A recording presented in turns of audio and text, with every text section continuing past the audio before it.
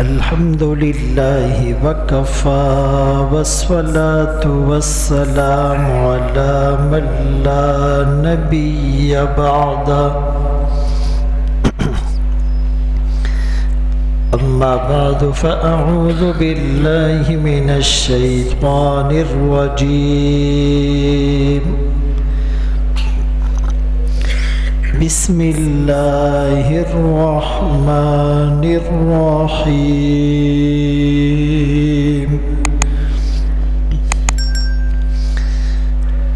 كنتم خير أمة أخرجت للناس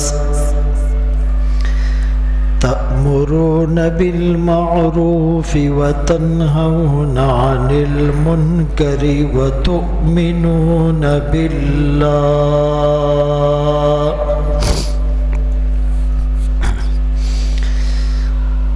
وقال النبي صلى الله عليه وسلم إنما بعثت معلما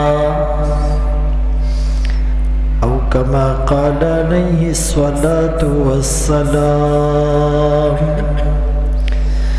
صدق الله مولانا العظيم وصدق رسوله النبي الأمي الهاشمي المدني الكريم ونحن على ذلك لمن الشاهدين والشاكرين والحمد لله رب العالمين.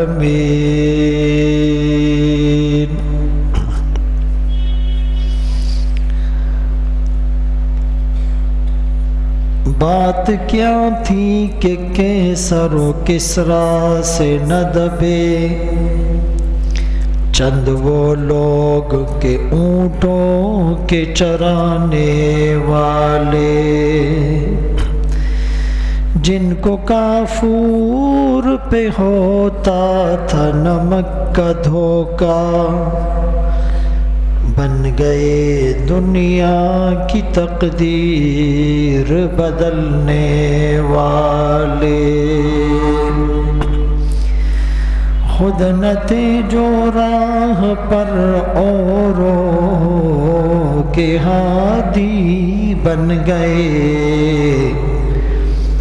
کیا نظر تھی جس نے مردوں کو مسیحا کر دیا محمد کی غلامی دین حق کی شرط اول ہے ہو اسی میں اگر کچھ خامی تو سب کچھ نامکمل ہے.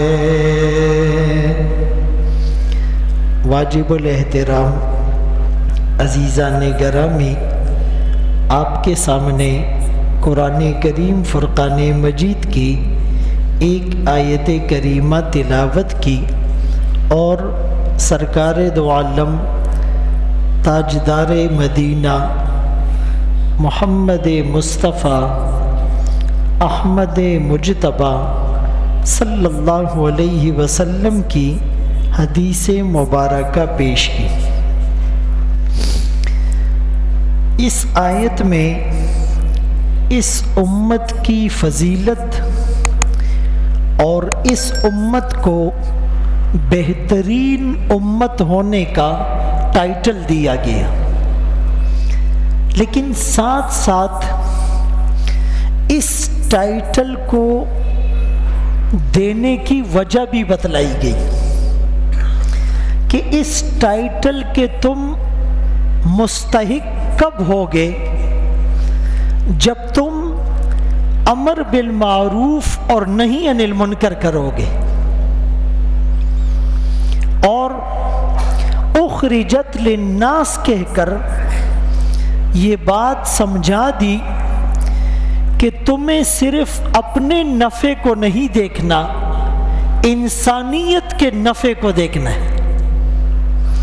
رسول اللہ صلی اللہ علیہ وسلم نے خیر الناس من ينفع الناس میں یہی بات ارشاد فرمائی کہ لوگوں میں سب سے بہتر وہ ہیں جو لوگوں کو فائدہ پہنچائے، الناس۔ اسی طرح لِتَكُونُوا شُهَدَاءَ عَلَى النَّاسِ وَنُنَزِّلُ مِنَ الْقُرْآنِ مَا هُوَ شِفَاءٌ وَرَحْمَةٌ لِلْمُؤْمِنِينَ۔ لیکن دوسری جگہ شَهْرُ رَمَضَانَ الَّذِي أُنزِلَ فِيهِ الْقُرْآنُ هُدًى لِلنَّاسِ وَمَا أَرْسَلْنَاكَ إِلَّا رَحْمَةً لِلْعَالَمِينَ کافۃ للناس۔ یعنی یہ جو گلوبلائزیشن کہتے ہیں کہ پوری دنیا اور اجتماعیت کی بات کرنا، اس کی بنیاد رسول اللہ صلی اللہ علیہ وسلم نے ڈالی ہے۔ حجۃ الوداع کے موقع پر آپ نے جو خطبہ ارشاد فرمایا، یا ایھا الناس، اے لوگو، مشرق کے، مغرب کے، شمال کے، جنوب کے، ایشیا کے، یورپ کے، کسی بھی رنگ کے، نسل کے، زبان کے، علاقے کے، قبیلے کے، خاندان کے، پیشے کے، طبقے کے، شعبۂ زندگی کے، ساری انسانیت کا بھلا سوچنا، یہ ایجنڈا ہمیں اسلام نے دیا ہے۔ اسی لیے اسلام عالمی مذہب ہے، آفاقی مذہب ہے، بلکہ میں یوں کہوں کہ اسلام تو تمام آسمانی دینوں کا فائنل ورژن ہے، تورات کا، زبور کا، انجیل کا، ابراہیم علیہ السلام کے صحیفوں کا، ان تمام کا جو فائنل ورژن ہے، ان کا جو مجموعہ ہے، ان کا جو کمبینیشن ہے، ان کا جو خلاصہ ہے، ان کا جو نچوڑ ہے، ان کا جو لب لباب ہے، سمرائزڈ فارم میں اللہ نے اسلام میں ساری چیزوں کو جمع کر دی۔ گویا اسلام قبول کرنے والا، اسلام پہ چلنے والا اس بات پر مطمئن رہے گویا کہ میں تمام ادیان کی پیروی کر رہا ہوں۔ تو اب اس امت کو جو ذمہ داری دی گئی وہ امر بالمعروف نہی عن المنکر، اچھی بات کا حکم کرنا اور بری بات سے روکنا۔ یہاں پر امر حکم کو کہتے ہیں، اگرچہ ترغیب بھی دینی چاہیے، کنونس بھی کرنا چاہیے، موٹیویٹ بھی کرنا چاہیے، پیار سے بھی سمجھانا چاہیے، لیکن ضرورت پڑنے پر حکم بھی دینا چاہیے۔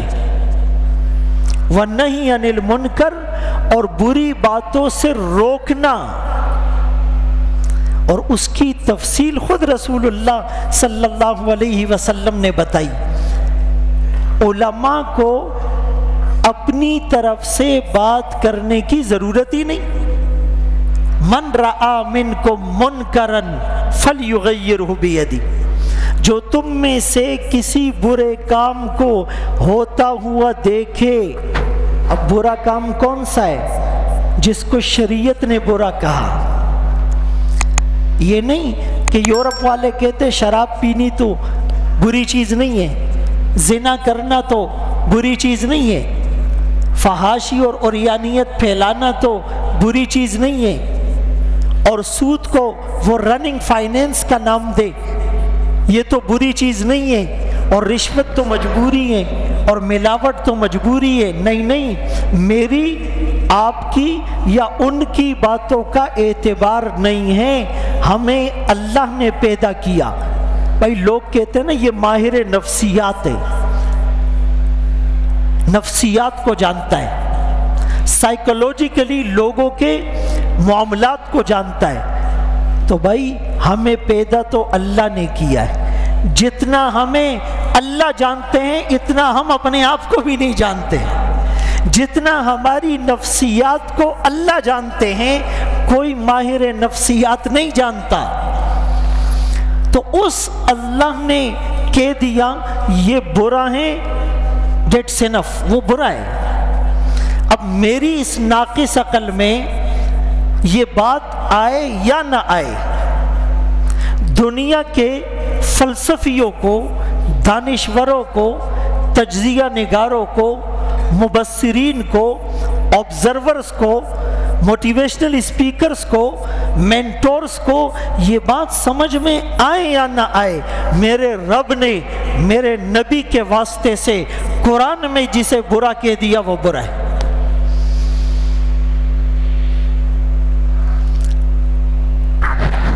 تو اگر ہاتھ سے روکنے کی طاقت نہیں ہے تو پھر فبلسانی ہی، آپ زبان سے اس کو منع کرے بھائی یہ کام غلط ہو رہا ہے، زبان سے بھی نہیں روک سکتے ہو، فبقلبہ، پھر دل میں اس کو برا سمجھ لو۔ وذالک اضعف الایمان، یہ اضعف اس میں تفضیل ہے، یہ دل سے برا سمجھنا ایمان کا سب سے کمزور درجہ ہے۔ کیا مطلب؟ کہ جو دل میں بھی برا نہ سمجھے اس کا ایمان خطرے میں ہے، وہ رسک پر ہے، اسے فکر کرنی چاہیے۔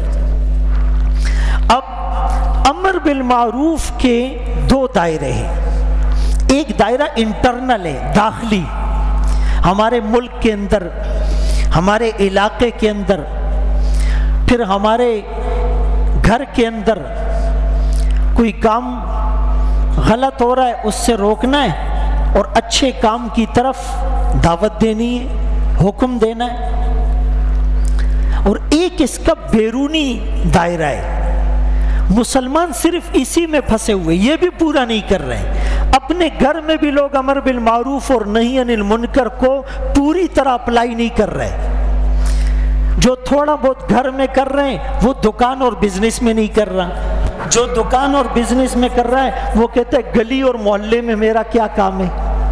یہاں تک کہ مسجد میں بھی لوگ امر بالمعروف اور نہی عن المنکر نہیں کرتے، عورت مسجد میں اندر آ کے جوان لڑکی مانگ رہی ہے، یودا اللہ ولی کی دا سوچ نشتے چیزدہ بار کم، امام صاحب جائیں گے اور اس کو بولیں گے باہر جاؤ، تب ہوائی چیز امام اور سر ذاتی دشمنی دا۔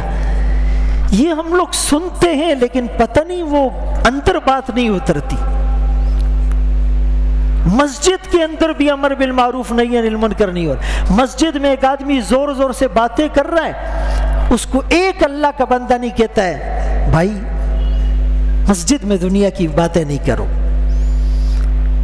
پانی زیادہ بہا رہا ہے، ایک آدمی اس کے کندھے پر ہاتھ رکھ کے نہیں کہہ رہا ہے الگ الگ خیال کبا، نسوار نکال کے وضو خانے میں ڈالتا ہے اور جو ہے وہ پان کی پیک اور گٹکا اس سے وضو خانے کو گندا کرتا ہے اور گندی چپل لا کے قالین پہ رکھ دیتا ہے اور سیڑھیوں میں رکھ دیتا ہے، ایک اللہ کا ولی اس کو سمجھانے کے لیے تیار نہیں۔ بہرحال پھر محلے میں یہ تو کوئی کرتے ہی نہیں ہے، یہ ریڈیو والے مسجد کے دروازے پر ایسے کھڑے ہو جائے نا ایک آدمی کے اندر کا راستہ بھی نہ ہو، وہ ریڈی کے نیچے سے آ جائے گا لیکن اس کو نہیں سمجھائے گا، چھ الگ الگ سائٹ تشا۔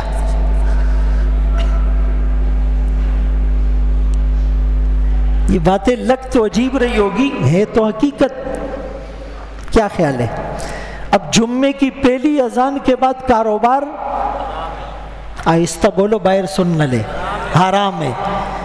آپ لوگ جمعے کے لیے آ رہے ہو، دکانیں کھلی ہوئی ہے، ہوٹل کھلے ہوئے، ارے بھائی وہ تمہارا رشتہ دار ہے، پڑوسی ہے، تم 8-8 گھنٹے اس کے پاس بیٹھ کے گپے ہانگتے ہو، یہ جملہ کیوں نہیں کہہ سکتے؟ الگ کا شٹر کتا کا، دکان بند کا، گودام بند کا، چلو مسجد کی طرف۔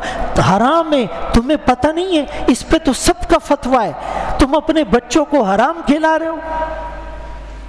پھر کہتے ہیں کاروبار میں برکت نہیں ہے، اولاد نافرمان ہو گئی ہے، نمازوں کو جی نہیں چاہتا، رات کو نیند نہیں آتی ہے، ہر وقت ٹینشن اور ڈپریشن میں ہوں۔ نو زان نہ مڑی مجوڑا وئی، مردے نہ بنو، مرد بنو۔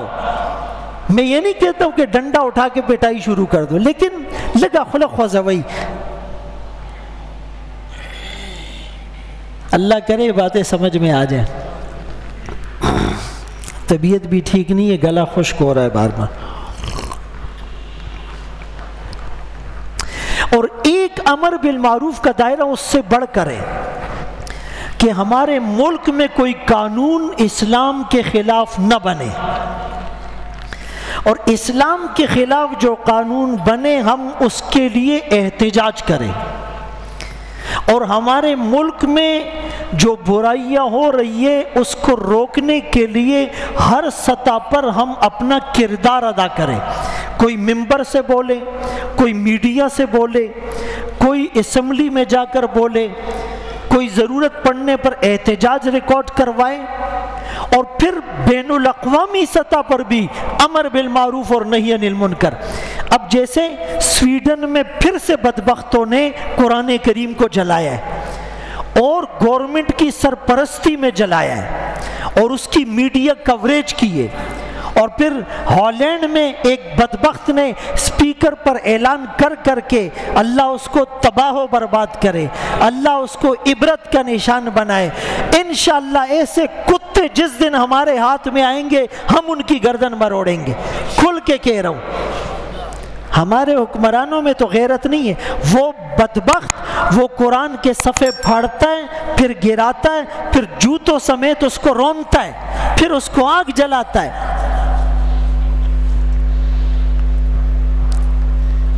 کاش حضرت عمر ہوتے، اللہ اکبر کبیرہ، ان کو پتہ چل جاتا ہے اسلام کیا ہے، جہاد کیا ہے۔ کاش صلاح الدین ایوبی ہوتا، کاش محمد بن قاسم ہوتے، کاش خالد بن ولید ہوتے۔ تو میرے محترم دوستو، اسی طرح بین الاقوامی طور پر بھی ہمیں سوچنا چاہیے امر بالمعروف کیسے قائم ہو، نہی عن المنکر لوگوں کو برائیوں سے کیسے روکا جائے۔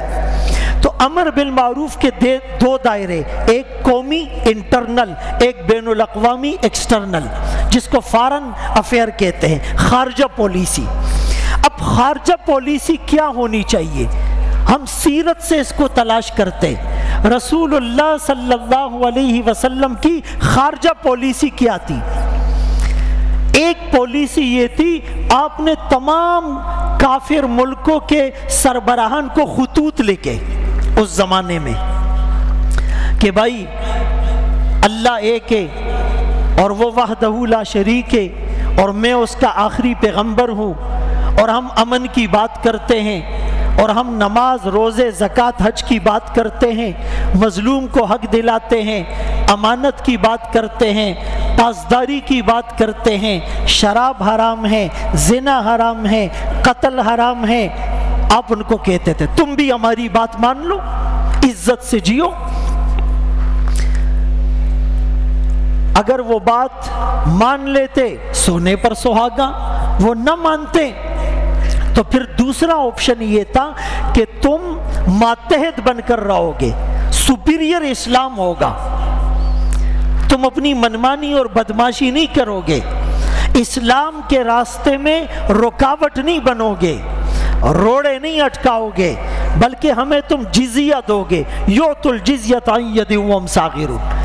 اگر وہ اس پر ایگری ہو جاتے تو بھی ٹھیک تھا، لیکن اگر وہ کہتے ہم مسلمان بھی نہیں ہوتے اور اپنی بدماشی بھی نہیں چھوڑتے، تو پھر آقا کے پاس تیسرا آپشن ہوتا قتال کا، پھر تمہارا اور ہمارا مقابلہ میدان میں ہوگا، پھر تمہارا اور ہمارا فیصلہ تلواروں سے ہوگا۔ آج یہ رخ مسلمان کو نہیں بتایا جا رہا۔ اگر یہ رخ باطل کو بتا دیا جاتا تو یہ بار بار ہماری غیرت ایمانی کا ٹیسٹ نہیں لیتے، کبھی قرآن جلا کر اور کبھی قرآن کو روند کر اور کبھی آقا کی شان میں کارٹون امیز خاکے بنا کر اور کبھی فلمیں بنا کر اور کبھی بیت المقدس میں یہ درندے ناپاک جوتوں سے اس کو روند کر اور کبھی مکے اور مدینے پر حملے کی بات کر کے اور کبھی مسلمان بہنوں کی عصمتیں تار تار کر کے اور کبھی جو ہے علماء کو پابند سلاسل کر کے. ان کو یہ جرت نہیں ہوتی. بات سمجھ میں آ رہی ہے؟ تو ایک تو خارجہ پالیسی کی پہلی بنیاد خطوط، دوسری بنیاد معاہدات. آپ نے معاہدات کیے. بھائی جب آپ مدینے ہجرت کر کے گئے تو مدینے میں پہلے سے کون آباد تھے؟ یہودی آباد تھے، اور مشرکین سب مل کر مسلمانوں پر حملہ کرنے کی پلاننگ کر رہے تھے. تو ضرورت کو دیکھ کر آپ صلی اللہ علیہ وسلم نے یہودیوں سے ایک معاہدہ کیا، میثاق مدینہ، جس سے مشرکین تھوڑے گھبرا گئے کہ مسلمانوں کا یہودیوں سے معاہدہ ہو گیا. بعد میں یہودیوں نے اس معاہدے کو توڑ دیا، معاہدہ شکنی، عہد شکنی کی. تو پھر رسول اللہ صلی اللہ علیہ وسلم نے ان کے قبائل بنو قینقاع، بنو نذیر اور بنو قریظہ کو خیبر کی طرف جلا وطن کر دیا. اب وہاں پر یہودیوں نے پھر مل کر مسلمانوں پر حملہ کرنے کا سوچا تو اللہ کے رسول صلی اللہ علیہ وسلم نے مشرکین سے معاہدہ کیا، جس کو صلح حدیبیہ کہتے ہیں. تو اب یہودیوں نے کہا کہ اب تو ان سے جنگ بندی ہو گئی ہے، اب جو ہے وہ ہم حملہ نہ کریں. اسی دوران رسول اللہ صلی اللہ علیہ وسلم نے یہودیوں کی بڑھتی ہوئی شرارتوں اور سازشوں کی بنا پر خیبر پر حملہ کیا اور یہود کا قلع قمع کیا. تو یہ معاہدات تھے، لیکن ہر معاہدے کی پاسداری ہوتی تھی. اور تیسری چیز وفود، خارجہ پالیسی، کہ جو وفود آقا سے ملنے آتے ان کو مسجد نبوی میں ٹھہرایا جاتا، ان کے کھانے کا، ان کے پینے کا، ان کی رہائش کا انتظام ہوتا، ساتھ ساتھ انہیں اسلامی تعلیمات بتائی جاتی اور مسلمانوں کے معاشرے کو قریب سے دیکھنے کا انہیں موقع ملتا. وہ متاثر ہوتے اور مسلمان ہوتے، پھر کچھ بنیادی احکامات سیکھ کر اپنے علاقوں میں جاتے اور اپنے قبیلے کو مسلمان کر کے لے آتے. یہ تین ڈائریکشنز تھی، خطوط، معاہدات اور وفود. اب قرآن کریم نے 28ویں پارے میں سورہ ممتحنہ میں اس بات کو کھولا کہ ایک وہ کافر ہے جو تم سے جنگ نہیں کرتا، غیر محارب ہے. تو فرمایا تم بھی ان سے جنگ نہیں کرو، بلکہ ان کے ساتھ اچھا سلوک کر سکتے ہو کرو. لیکن دوسرے وہ کافر ہیں جو تم سے جنگ کر رہے ہیں، سازشیں کر رہے ہیں، رکاوٹیں ڈال رہے ہیں، روڑے اٹکا رہے ہیں، ان کے ساتھ دوستی اور تعلقات کی تمہیں اجازت نہیں ہے. دو. اور تیسری چیز، وہ جو کافر تم سے نہیں بھی لڑ رہے ان سے معاملات تو کر سکتے ہو، ان کے پاس آنا جانا تو ہو سکتا ہے، سفارتی تعلقات تو قائم ہو سکتے ہیں، لیکن قلبی محبت کافر کے ساتھ رکھنا جائز نہیں ہے. ایک مسلمان کو زیب نہیں دیتا کہ وہ قلبی محبت کسی کافر سے کرے، اس کے دل کی محبت صرف مسلمان کے ساتھ ہونی چاہیے. لا يتخذ المؤمنون الکافرین اولیاء من دون المؤمنین، سورہ آل عمران میں اس بات کو واضح کر دیا. اور سورہ ممتحنہ کی پہلی آیت لا تتخذوا عدوی وعدوکم اولیاء، کہ میرے اور اپنے دشمنوں کو دوست نہ بناؤ. تم دوستی کی پنگے بڑھاتے ہو، تم دوستی کا ہاتھ بڑھاتے ہو، تم دوستی کی آفرز کرتے ہو، اور وہ بدلے میں تمہارے اسلام کو بدزن اور بدنام کر رہے ہیں. تو بالکل واضح احکامات ہے. ایسا نہیں ہے کہ دین میں کوئی چیز مبہم ہے یا مجمل ہے یا مخفی ہے.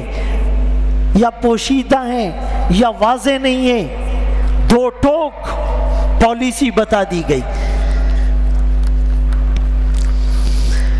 اللہ اکبر کے پھر۔ اور خارجہ پالیسی کا ایک اصول یہ ہے کہ اگر کوئی کافر تمہیں چیلنج کرے تو اس کے چیلنج کو قبول کیا جائے۔ آقا رحمت للعالمین تھے، طائف والوں کو آپ نے معاف کیا تھا، فتح مکہ کے موقع پر عام معافی کا اعلان کیا تھا، لیکن جب بات دین کی آئی، جب دین کو چیلنج کیا گیا، جب ریاست کی رٹ کو چیلنج کیا گیا تو آقا نے وہاں کمپرومائز نہیں کیا۔ کچھ لوگوں کے بارے میں کہا ان کو قتل کرو، فرمایا وہ تو غلاف کعبہ میں لپٹے ہوئے ہیں، چھپے ہوئے ہیں، باہر نہیں نکل رہے، فرمایا وہاں بھی قتل کرو۔ مکے میں خون ریزی جائز نہیں ہے، کعبہ کے ارد گرد باپ کا دشمن بھی نظر آ جائے اس پر ہاتھ اٹھانا الاؤ نہیں ہے، لیکن اگر وہ رٹ کو چیلنج کرتا ہے تو فرمائے بیت اللہ کے پاس بھی اگر وہ بدماشی کرتے لڑو ان سے۔ رسول اللہ صلی اللہ علیہ وسلم کا ایک سفیر تھا، اس کو شام میں قتل کر دیا گیا، اور اس زمانے میں دستور تھا کہ جب کسی کے سفیر کو قتل کیا جائے تو اس کو جنگ تصور کیا جاتا تھا، اعلان جنگ تصور کیا جاتا تھا۔ تو آقا نے اس زمانے کے دستور کے مطابق جب ان کو پتہ چلا ہمارے سفیر کو قتل کر دیا گیا، آپ نے اس کو اعلان جنگ تصور کیا اور شام میں اپنی فوجیں بھیجی۔ غزوہ موتا کے مقام پر زید بن حارثہ رضی اللہ عنہ شہید ہوئے، پھر جعفر طیار رضی اللہ عنہ شہید ہوئے، پھر عبداللہ ابن رواحہ رضی اللہ عنہ شہید ہوئے۔ صحابہ شہید ہوتے گئے، لیکن آپ نے رٹ چیلنج کرنے والوں کو سبق سکھایا۔ وہاں تو سفیر قتل ہوا تھا، یہاں تو یہ بدبخت قرآن جلا رہے ہیں، بار بار جلا رہے ہیں۔ اسی لیے ایک تو جذباتیت ہے، اور ایک جیسے میں نے شروع میں کہا، جو بیان شروع سے سنتے ہیں ان کو آخر کی بات زیادہ سمجھ آتی ہے کہ ہماری خارجہ پالیسی کیسے ہو۔ پہلے سے سب کو ہماری ٹائم لائن کا پتہ ہو، ہماری ریڈ لائن کا پتہ ہو، ہماری باؤنڈری کا پتہ ہو، ہماری ریڈ سگنل کا پتہ ہو کہ بھائی اگر اس باؤنڈری کو تم کراس کرو گے تو پھر کوئی کمپرومائز نہیں ہوگا۔ اس دفعہ بھی سویڈن میں ان بدبختوں نے گورنمنٹ کی سرپرستی میں قرآن کو جلایا، اور اس کے بعد ہالینڈ میں ایک بدبخت نے اسپیکر سے اناؤنسمنٹ کر کے پروٹیکشن کے اندر قرآن کے اوراق کو پھاڑا، زمین پر گرایا، پاؤں سے روندا اور پھر جلایا۔ پوری دنیا کے مسلمان احتجاج کر رہے ہیں الحمدللہ، لیکن کاش مسلم حکمرانوں کو غیرت آ جائے۔ 1920-30 کی دہائی میں پوری دنیا میں کوئی اسلامی ریاست نہیں تھی۔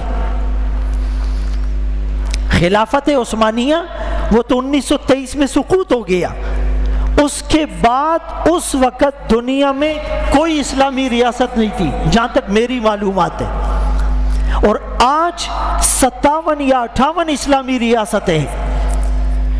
OIC اسلامی ممالک کا بنا ہوا ہے، لیکن اس کے باوجود کافروں پر رعب نہیں ہے، کافروں پر دبدبہ نہیں ہے، کافروں پر ہیبت نہیں ہے۔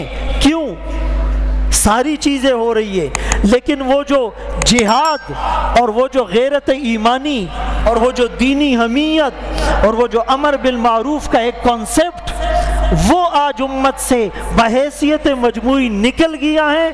تو آپ مسلمانوں کی حالت کو دیکھ رہے ہیں۔ اسی لیے آج عالمی مجلس تحفظ ختم نبوت کی طرف سے جمعے کی نماز کے بعد نمائش چورنگی میں ایک بھرپور احتجاج ریکارڈ کروایا جا رہا ہے۔ انشاءاللہ ہم بھی اس میں شریک ہو رہے ہیں. ہر مسلمان اپنی دینی حمیت کا ثبوت دے. میں کیا کر سکتا ہوں وہ کر لوں. اور حکمرانوں سے یہ گزارش ہے کہ وہ OIC اور تمام عرب ممالک اور اسلامی ممالک جمع ہوں اور ترکی کی طرح اسٹینڈ لیں. ترکی نے بھی بڑا سخت اس پہ ری ایکشن دیا ہے اور کہا کہ کوئی کمپرومائز نہیں ہوگا. اور نیٹو میں جو ان کی حمایت کی بات تھی اس سے بھی ترکی دستبردار ہو گیا. اسی طرح ہمارے حکمران بھی غیرت کا ثبوت تھے. دا یو بلنا دا پاس دی. ہر ایک جب دوسرے کی حکومت ہوتی ہے کہتے ہیں یہ کرنا چاہیے تھا, خود آتے ہیں بیا خزی جوڑی شی.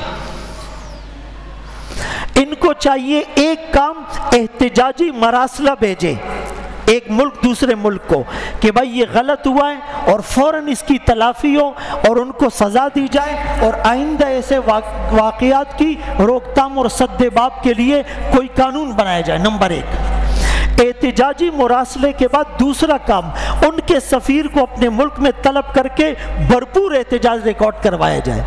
تیسرا کام پھر بھی بات نہیں بنتی تو ان کے سفیر کو ملک بدر کر دیا جائے.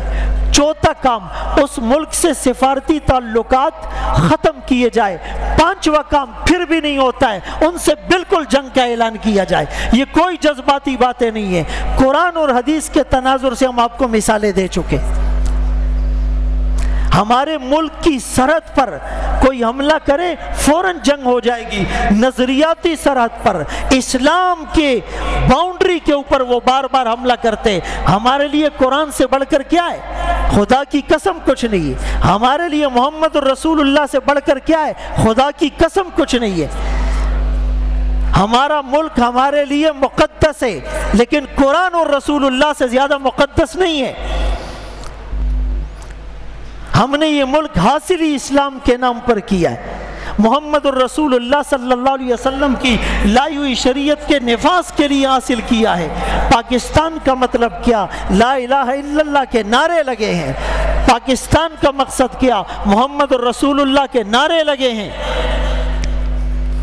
اسی لیے اس چیلنج کو قبول کیا جائے اور دو ٹوک پالیسی اختیار کر کے دنیا کفر کو یہ بات بتا دی جائے. اور ایک بات کہ جب احزاب میں سارے قبائل نے مل کر مسلمانوں پر حملہ کیا, محاصرہ کیا اور رسول اللہ صلی اللہ علیہ وسلم کی بہترین حکمت عملی اور صحابہ اکرام کی یعنی جانثاری کی وجہ سے جب وہ ناکام ہوئے واپس چلے گئے تو رسول اللہ صلی اللہ علیہ وسلم نے فرمایا اب کافروں کو دوبارہ جرت نہیں ہوگی ہم پر حملہ کرنے کی. پہلے تو پہل یہ کرتے تھے, بدر میں پہل انہوں نے کی, احد میں پہل انہوں نے کی, موتا کا سبب یہ بنے, حنین اور طائف کے واقعات ان کی طرف سے ہوئے, لیکن اب ان کی کمر ٹوٹ گئی, اب یہ حملہ نہیں کریں گے. اب لیظہرہ علی الدین کلی, پوری دنیا پر اسلام کو غالب کرنے کے لیے ہم اقدامات کریں گے. البتہ مشرکین نے ابھی جنگ کا طریقہ تبدیل کر دیا, اسٹریٹجی تبدیل کر دی. اور وہ کیسے تبدیل کی کہ اب یہ لوگ میڈیا وار کریں گے, شعر و شاعری کے ذریعے سے, تقریروں کے ذریعے سے اسلام کے خلاف ایک نیگیٹو پرسپشن قائم کریں گے. آپ نے اس کے مقابلے میں میڈیا وار کی تیاری کی. حسان ابن ثابت رضی اللہ عنہ, عبداللہ بن رواحہ رضی اللہ عنہ, کعب بن مالک رضی اللہ عنہ کو تیار کیا. وہ شعر و شاعری کے ذریعے سے ان کو جواب دیتے تھے. اور ثابت بن قیس رضی اللہ عنہ کو رسول اللہ صلی اللہ علیہ وسلم نے اپنا خطیب مقرر کیا. وہ تقریر کے ذریعے سے وہ ان لوگوں کا جواب دیتے تھے. تو ہم میڈیا کے طور پر بھی ان کا مقابلہ کریں. آج ساری دنیا کا میڈیا ان کے پاس ہے اور مسلمان میڈیا استعمال تو کر رہا ہے لیکن ٹک ٹاک میں, ڈراموں میں, فلموں میں, گانوں میں اور مختلف قسم کی ایپ بنی ہوئی ہے. بس اچھلتے ہوئے نظر آ رہے, ادھر لڑکے ہیں ادھر لڑکیاں ہیں, اور سارا دن علماء کے خلاف اور طلباء کے خلاف اور مساجد کے خلاف اور مدارس کے خلاف باتیں ہو رہی ہے. ان کو اصل دل تو ان کا چاہتا ہے کہ اسلام کو گالی دے، لیکن وہ تو دے نہیں سکتے، تو پھر مسلمان کو اور قرآن کو گالی دیتے ہیں۔ اللہ ہمیں دینی حمیت، غیرت ایمانی، جذبہ جہاد نصیب فرمائے۔ ہماری ایک دن کی زندگی ہو لیکن شیروں کی طرح جی، ایک دن کی زندگی اور 100 دن کی زندگی ہو، 1000 دن کی زندگی ہو، لیکن گیدڑوں کی طرح، بزدلوں کی طرح زندگی جیے۔ اللہ ہمیں اس سے محفوظ رکھے۔ جنازہ جو غیرت کا نکلے تو حکمت، کچھ لوگ کہتے ہیں حکمت ہے، حکمت ہے، حکمت ہے لیکن حکمت کی بھی ایک لیمٹ ہے۔ جنازہ جو غیرت کا نکلے تو حکمت، چادر حیا کی چھن جائیں تو حکمت، یہ مہر نفاق ہے، حکمت کا لیبل نہیں، ہمیں اس سے توبہ، تمہیں راسا یہ حکمت۔ وآخر دعوانا الحمدللہ رب العالمین۔